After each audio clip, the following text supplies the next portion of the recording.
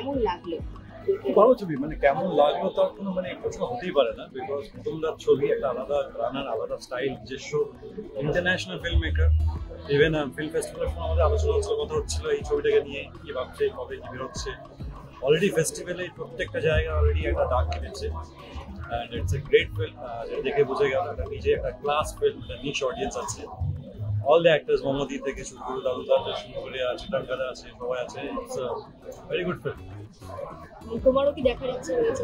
Definitely দেখবো, অবশ্যই দেখবো। সবাই দেখুন, হলে এসে দেখুন, এটাই চাই। সামনে তোমারও কাজ আসছে, কি বলছে সেটাকে? পরিক্রমা জিমে এসেছি, পরিক্রমা সবাই দেখুন হলে গিয়ে। বাকি যেটা যবে রিলিজ আছে তোমাদেরকে সেটা দেখে নেবো। তো ছবিতে যদি একটু চরিত্রটা নিয়ে ফার্স্টে বলো। আমরা যেভাবে দেখলাম বেশ ইন্টারেস্টিং একটা গল্প আমরা দেখতে চলেছি। একটা পাগল, যে গ্রামগুলো জলের নিচে চলে গেছে ওর মধ্যে একটা পাগল ছিল, দ্যাট ইজ মি। সে still haunts this villages. So আর আমার একটা গ্রুপ আছে, বাচ্চাদের গ্রুপ, যেটা আমরা দুষ্টুমি করে বেড়াই চারিপাশে। That's the character basically. Dubgaon বলি মানে সব গ্রাম ডুবে গেছে, সব গ্রাম ডুবে গেছে। একটু আগেও যেটা বলছিলাম, এই গল্পটা has a story like the message. Ecological degradation, that is dam হলে একটা সার্টেন একটা ইকোলজিক্যাল ডেগ্রেডেশন হয়, কারণ গাছ টাছ জমি টমি সব জলে নিয়ে চলে যাচ্ছে। এখানে গ্রামও চলে গেছে। নাও একটা দিকে যারা গ্রামে ছিল তাদের চোখের জল, আর আরেকটা দিকে এই জলটা গিয়ে যে ইরিগেশন গুলো করছে ওই ফ্যামিলি গুলো হাসি। তো এই হাসি, চোখের জল, part of life, how it goes forward, এটা নিয়ে গল্প।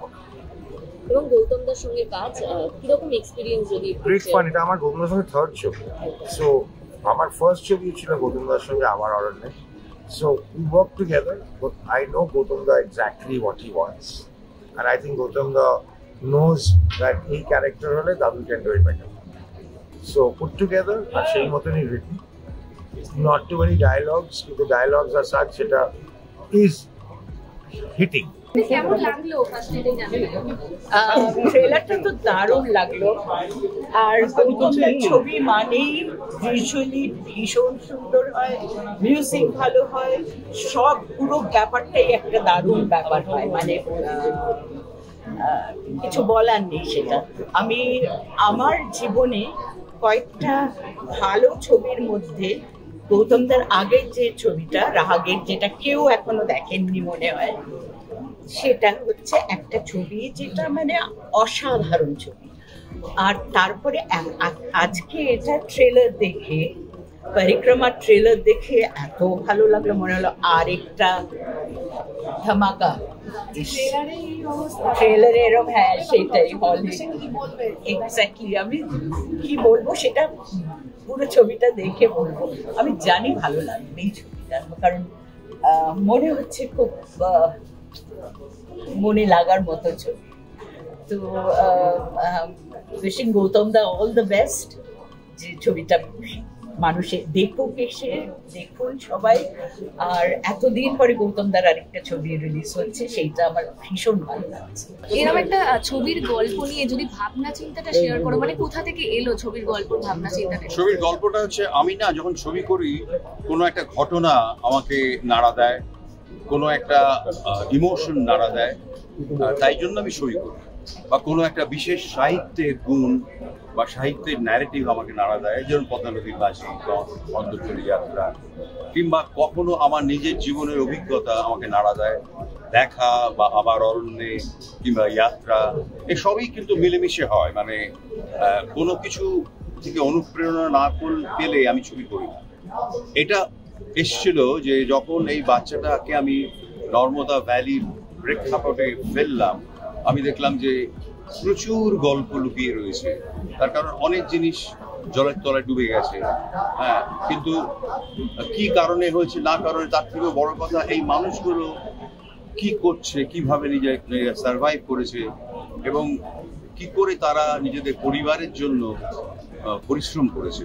এবং আমার সব থেকে ভালো লাগে, আমি যত বাচ্চাদের মিট করেছি রাস্তায় ঘুরতে ঘুরতে, এদের দারুণ সেন্স অফ হিউমার, অসম্ভব। এরা কিন্তু কখনো স্যাড নয়, দে আর ভেরি হ্যাপিলি তারা কাজ করে, স্ট্রাগল করে হ্যাপিলি, এবং সাংঘাতিক সেন্স অফ হিউমার, মানে এমন ধরনের মজার কথা বলে কিন্তু তার মধ্যে কোনো ভালগারিটি নেই। এত ইন্টেলিজেন্ট সেন্স অফ হিউমার আমার মনে হয় এইগুলো আসে নেটিভ উইজডম থেকে। এই নেটিভ উইজডম থেকে এগুলো তৈরি হয়। এর জন্য লেখাপড়া বিরাট করতে হয় না, ভেতর থেকে, প্রকৃতির থেকে, মানুষের থেকে এরা শিক্ষা নেয়। আর আমি এদের সেলিব্রেট করার চেষ্টা করি। এই ছবিটা কিন্তু celebration of life, celebration of hope. প্রাচ্য পাশ্চাত্যের মধ্যে দিয়ে আমি আমার পুরো ক্যারিয়ার কাটিয়েছি। আমি যখন ছবি করতে শুরু করেছি তার সেখান থেকে আমি বহু পাশ্চাত্য দেশে আমার ছবি দেখানো হয়েছে, আমি পাশ্চাত্য দেশে গিয়ে ছবি করেছি, এবং দুটো দেশের মধ্যে মানুষ তো একই, কিন্তু সাংস্কৃতিক কারণে, ঐতিহাসিক কারণে অনেক কিছু হয়তো মানে অনেক কিছু পাল্টে গেছে, অনেক কিছুর মধ্যে মিল নেই, এক একটা জায়গার লোক, এমনকি ইউরোপের মধ্যেও বিভিন্ন দেশে মানুষ অন্যরকম ভাবে দেখে। প্রাচ্য পাশ্চাত্যের কোনো দ্বন্দ্ব নেই, একে অপরকে জানাটাই হচ্ছে সব থেকে ইম্পর্টেন্ট। মানে আন্তর্জাতিকতা মানে হচ্ছে পরস্পরকে জানা এবং নিজেকে সমৃদ্ধ করা, তাহলেই সব থেকে ভালো। কারণ অনেক জিনিস পাশ্চাত্যের লোকেরা আমাদের দেশে শেখে, আমাদের দেশের ফিলোসফি, আমাদের দেশের যে পরম্পরা, আমাদের যে সংস্কৃতি, আমাদের যে শিল্প, এখান থেকে শেখে। আমরাও পাশ্চাত্য দেশের শিল্প ছোটবেলা থেকে দেখেছি, মানে অনুপ্রাণিত হয়েছি। আর সিনেমা তো তৈরি করেছে পাশ্চাত্য দেশ, ভারতবর্ষ একটাও টেকনিক্যাল কিছু আজ পর্যন্ত আবিষ্কার করতে পারেনি। তোমরা যে কটা মেশিন নিয়ে ঘুরে বেড়াচ্ছ সব কিন্তু পাশ্চাত্যের আবিষ্কার। এটা দুঃখের ব্যাপার, আমাদের দেশের টেকনিশিয়ানসরা নতুন কিছু তৈরি করতে পারে, কিন্তু কি করতে পেরেছে? এত বড় দেশের যে মানে কি বলবো স্মৃতিমালা, মানে আমার কাছে সিনেমা হচ্ছে সময়ের স্মৃতিমালা। একটা সিনেমা সারা পৃথিবী জুড়ে যত ফিল্ম মেকাররা ছবি করছেন, কাহিনী চিত্র, ডকুমেন্টারি, শর্ট ফিল্ম, সবাই মিলে কিন্তু আমরা বিরাট একটা স্মৃতিমালা গাঁথছি, যাকে বলা হয় garland of memories.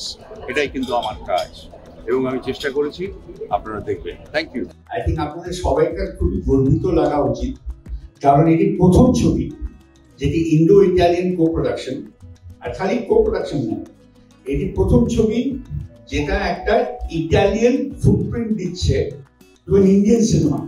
Ethos is Indian. আপনাকে দাদুর আরো বলবে